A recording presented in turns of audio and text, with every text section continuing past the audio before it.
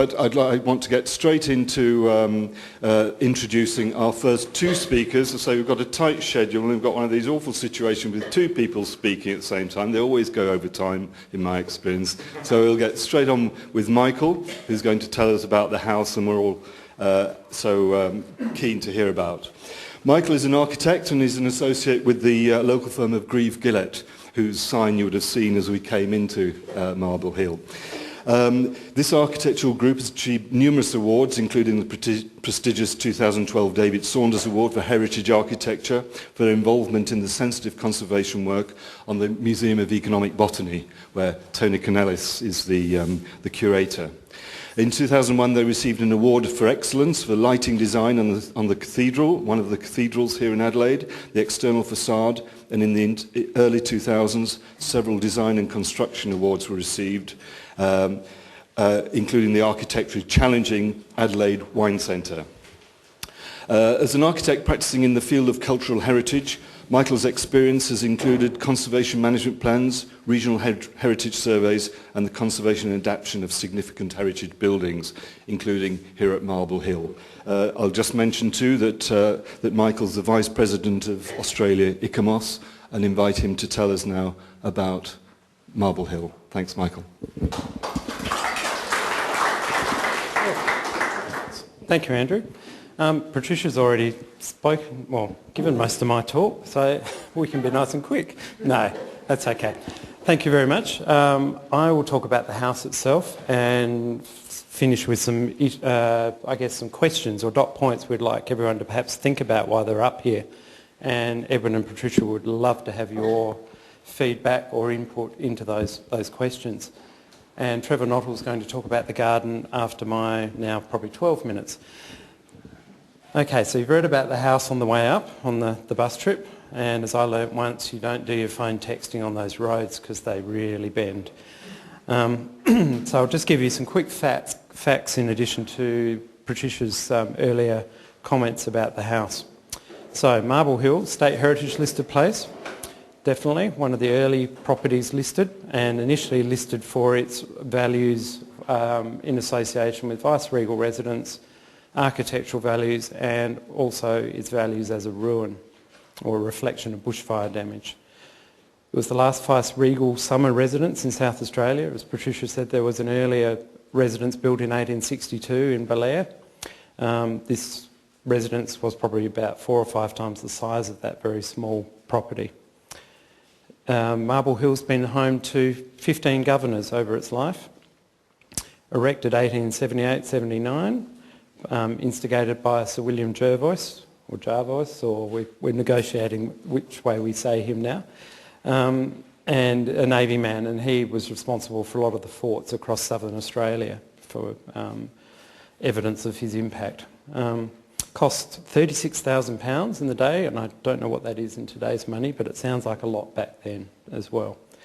It was designed as a 40-room residence, but only 26 rooms were built. The tower at the top is 21 metres high, and it's probably got the best view in the state, I think. If you one day can get up there once we rebuild the staircase so it's actually safe. There were, during construction, 30 to 40 tradespeople here every day, and they all lived in huts while they were building, and they must have really loved the cold because this place is freezing, as can be seen there. We have a lovely postcard of snow at Marble Hill. I'm just thinking I might move this a bit. Excellent. It had the second telephone line in Adelaide, Marble Hill, in 1882. It was a direct line between Government House and up here. The house was powered by 2 gasometers. They produced methane, and in fact only had power put on in 1954.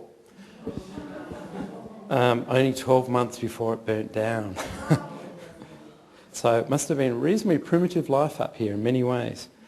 As I said, burnt down in 1955, January the 2nd. Probably the Christmas tree would have gone with it, I suspect, still. Now, the name Marble Hill, there's a bit of legend with this name. Supposedly, by some sources, because there was marble on the hill. Well, the hill's actually mostly slate, stone or shale with a bit of quartzite in there. So that may have been misinterpreted, or it could have been named after Marble Hill House in London. We're not quite sure. And the house was definitely a domestic house, a vice-regal domestic house, not a series of state rooms. That happened in Adelaide more so. Stylistically, the building's what we'd call Victorian academic Gothic, technically, in style.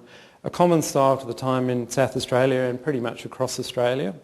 You either had a Gothic building or you had an Italianate building. You may have heard the battle of the styles of the period. So this was built in the sort of our famous 1870, 1880s period where South Australia was our wealthy period, where we had a series of good harvests and money from the Burra copper mines, and I think in about 1877 Adelaide was the fastest growing city in Australia at the time. So most of the buildings you see in Adelaide date from that period. 1882 we had a big drought, and the drought kept going and going, and that's what killed off the prosperity. Architectural features of the house, Gothic features, so we have asymmetry in the house, the tower being offset, the usual Gothic pointers, so we had pointed arched openings, geochromatic stonework in part, we had very dominant gables, steep roof pitch, a castellated tower with a top on it as well, and we even had some gargoyles, and a couple of those are still there. The veranda itself is actually a bit unusual. It's not that common for a building this era in timber. It's a very chunky, heavy veranda, more common you'd expect for maybe an 1890s Federation era building, complete with the turned corner bay window, the more common element that was coming through to Australia from, in fact, American architecture at the time. We've mentioned before, I think, that it's designed as a 40-room house. Only 26 rooms were built. The famous west wing is missing. You may have seen as you came down a couple of external fireplaces on the end of the gable there. We're not 100% sure yet why that didn't happen. Obviously money is probably one of the main reasons. It may have also been materials or lack of stonework, because quite a few of the internal walls are not stone, they're brick, but there's no seeming logic between why one material was chosen over the other. That's a mystery yet to be solved. The architect, William McMinn, he was born 1844 and died in 1884. He had a short life. He was trained in South Australia, and when we say trained, he was articled to other architects, surveyor, engineers. He certainly worked in government and in private practice over his period, but he had a colourful start to his career. He was the government surveyor in Northern Territory in 1864, which I was thinking last night, that means he was 20 years old when he went up there. And they had a surveying trip where there was a lot of politics in the trip, apparently, and arguments, which meant that the expedition split up, and he and several others on the expedition had to row back to Darwin 2,000 miles in an open boat. So we're lucky he survived at all. It would have been hard work. He practiced in his own right 1878 through to 1884, and also did a bit of government work at the time. On the screen is some of the sort of closest examples of his work within that period. Of course, Marble Hill was 1879 in design. 1880, the image in the middle, Mount Brecon, which is probably, I suspect he designed them both pretty much at the same time. Mount Brecon is down on the hills behind Victor Harbour on the south coast. Very similar stylistically. Mount Brecon also was burnt out by fire, so it was a bit, I think he had a strange touch, shall we say. That was the early 20th century, that burnt out. So unfortunately we can't walk in there and say, oh, these were the details we was using, we can reproduce them, because it's all been rebuilt inside. Mitchell Building, Adelaide University, 1879, attributed to McMinn. It was the subject of a design competition before that, and again politics got involved and the winning schemes were not taken forward, so McMinn was brought in to use those schemes and develop a building that was a lot cheaper. And one small house on North Terrace on the far right, 1883, 261 North Terrace, so he could do Italianate as well as Gothic. And yes, he died when he was 39 in 1884 of a medical condition. I can't remember what he died of. We don't know, but it could have been malaria. There were a lot of, it could have been tuberculosis. The photographs of him in his 40s, he looks very gaunt and thin. So he'd obviously been ill for a while. Thank you. Okay, so quickly, the house, the plan layout, as you would have, and I'm sorry these are a bit small for today. Feel free to come back and have a look later on at lunch if you wish. But in plan terms, we walked through there into a central court stairwell, and that had a roof lantern on top, a glazed lantern. So that would have been a very naturally lit, light-filled space. Formal governor's study room to one side, morning rooms, drawing rooms to the front, servants' wing to the back. It even has the obligatory half a metre floor level difference between the formal rooms and the servants' rooms, even though the house is still the same size across. The rear yard, the interesting part about this house, it doesn't really have a back door because of its siting. So the rear yard was an issue, and of course if the west wing had been built, which is this part on the ground floor and the upper floor, there would not have been a service area at all. So what you see at the moment where the museum building is, the single-storey building, was their compromise solution, we think, at the time, to get a servants' wing and a bit of a store yard and a wood yard behind.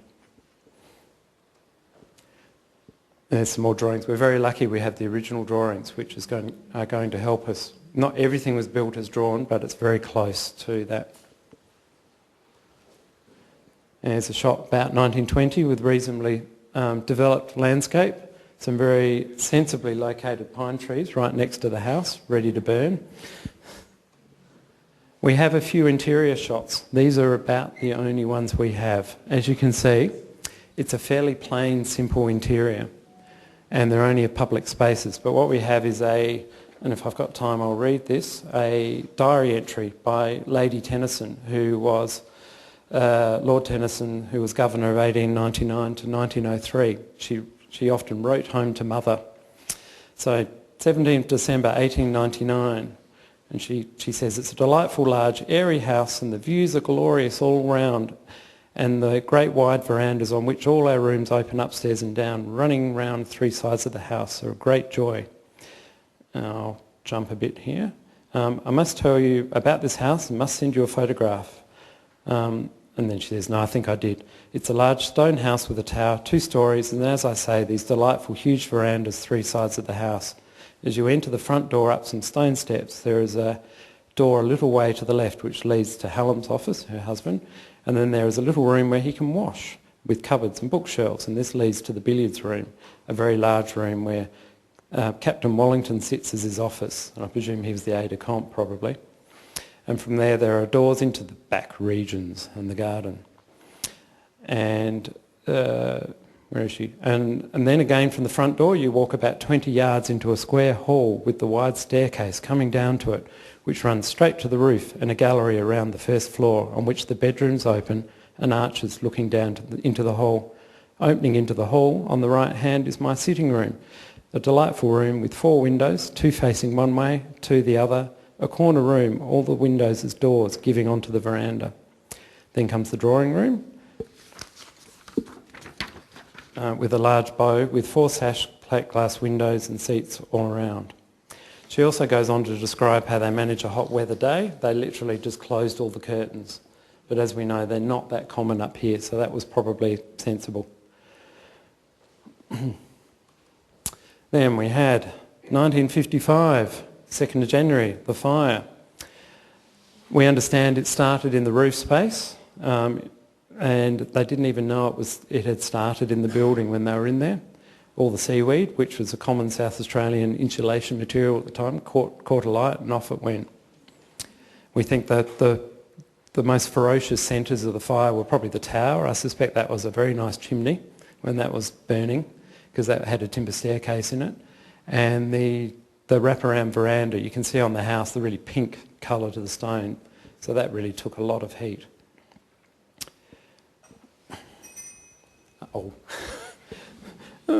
Okay, so after the fire, these three images are 10-year span for aerial photographs, and probably more useful for Trevor's talk, to give you an idea of the landscape. So 49, 59, 69, and as you can see, the landscape slowly denuded.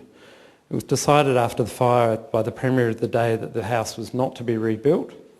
1959 onwards it was used by a bushfire research committee, so we think they probably did more burning and clearing. 1967 the government classified this place as a reserve and as a ruin, and luckily enough gave it to the National Trust, who then established a committee, built the roads, put the dam in, restored the coach house that we saw on some of us when we walked past, had tea rooms of course, and opened the building to the public, and rebuilt the governor's room in a sort of a reproduction style. In the 1980s, the CFS, the Country Fire Service, also used the property because it was a very good spotting location for fires. 1987, unfortunately, the National Trust had a salvage sale, so if there was anything loose on the property, it got sold. They were trying to raise money. Including all the fireplaces that hadn't already been stolen. Yes. 1992, they gave it back to the government. They said, we've had enough. They also, national state grants had dried up by then. And so the Friends of Marble Hill that Patricia mentioned before were formed at that time. And they looked after the site, opened it occasionally, did a lot of gardening, I think, some gardening, bit of site management. So a conservation plan was written in 1998 finally by Danvers Architects. I actually wrote it back then when I used to work for them. And 2007 the government considered tendering the site for sale. I think they realised that they just couldn't afford to look after it anymore and do it justice. So the Michelle's put in a bid, and by 2009 a heritage agreement was put together with the state government, and the sale went through. And I guess the key components of this heritage agreement are that the site, not the house, needs to be open 7 times a year for public access, so a public can still have access, and they're working very well at the moment. And the other stipulation was that the exterior of the house was to be rebuilt to its pre-1955 condition. There were few conditions on the interior, just the exterior. And that's as you saw today. So these are some of the questions, some of the challenges we have. The house needs to be sustainable in the future. I think that's agreed by everybody, because as a ruin, it's a nice ruin, but ruins do fall down eventually. It needs a use and hence money, and obviously the government couldn't maintain it. So certainly the project team is looking at short, medium and long-term goals for the property. The open days, they are very successful. It allows the local hills community to access the property, and it is pretty sort of dear to their hearts, I think. And this, I think, gives the property an opportunity to maybe look at branding or looking at ways of making it useful. Almost. Key one, location. Obviously we're in one of the best spots in South Australia, I think. A large private house with incredible views and incredible climate. As I note there, long-term use. These are some of the ideas that have been thrown up at the moment. This could be in 20 years at this stage we're looking at. It's about making it very special so that we're not just producing something that can be repeated down the road, say at Mount Lofty House. And the final, I guess, issue is authenticity versus practicality. From a borough charter point of view, obviously we're reconstructing. We'll be conserving what's left, but reconstructing to an earlier time period.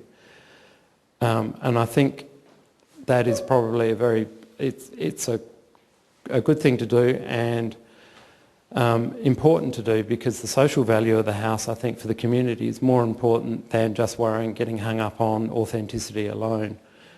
It's definitely a part of the community, this building, and the status of the building. So reconstruction of parts of it will give it stronger, more effective social value, and build it for the community, give them a lot more association and help build their identity and memory. And that's as far as we've got at the moment on the main house. Existing house to the right, the first step is to conserve the house and develop it as a residence, and that's our current aim at the moment. Thank you.